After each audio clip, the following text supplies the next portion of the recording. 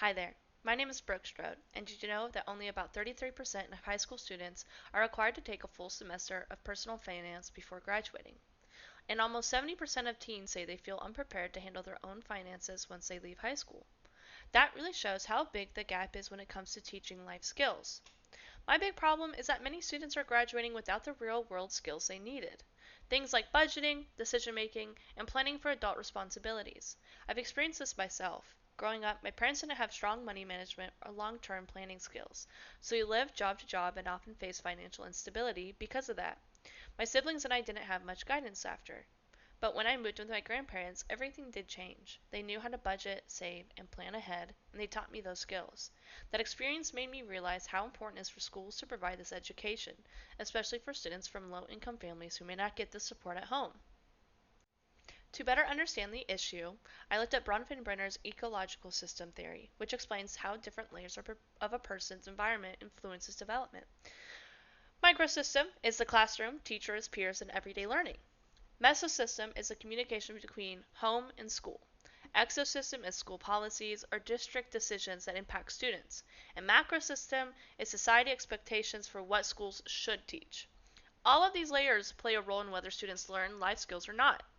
The learning theory I'm using for my solution is social constructivism.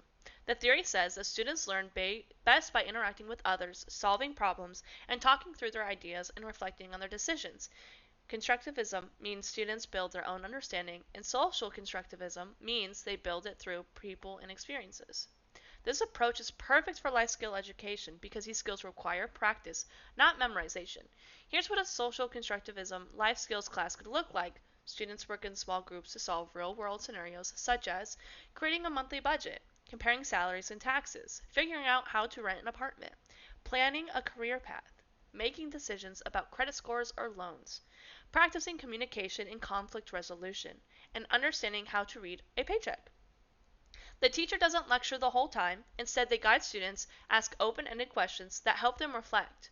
Over time, the teacher steps back as the student gains confidence, which is called scaffolding in social constructivism. To make this class work, we need practical, real-life materials. Some of those things would be a simple pay stub, fake bills, budget templates, mock bank statements, credit score scenarios, apartment rental listings, career planning worksheets, realistic role-playing cards, online financial simulations or budgeting apps, and group discussion prompts. This approach lets students experience adulthood in safe environments before they actually have to deal with it. For low-income students especially, this class can bridge the gap when home environments may not provide financial or planning guidance. Through social constructivism, students can learn from their teachers, peers, and hands-on activities, giving them the confidence and skills they might not have to access to otherwise. Thank you for listening. A required life skill class grounded in social constructivism would give students meaningful hands-on practice with skills they need to succeed. It lets them learn by doing, talking, solving problems, and reflecting instead of memorizing. Most importantly, it helps level the playing field for students who may not get the support at home. Every student has a fair chance to enter adulthood with confidence. I'd love to hear your thoughts on how we can make this learning even more engaging and effective. Thank you so much.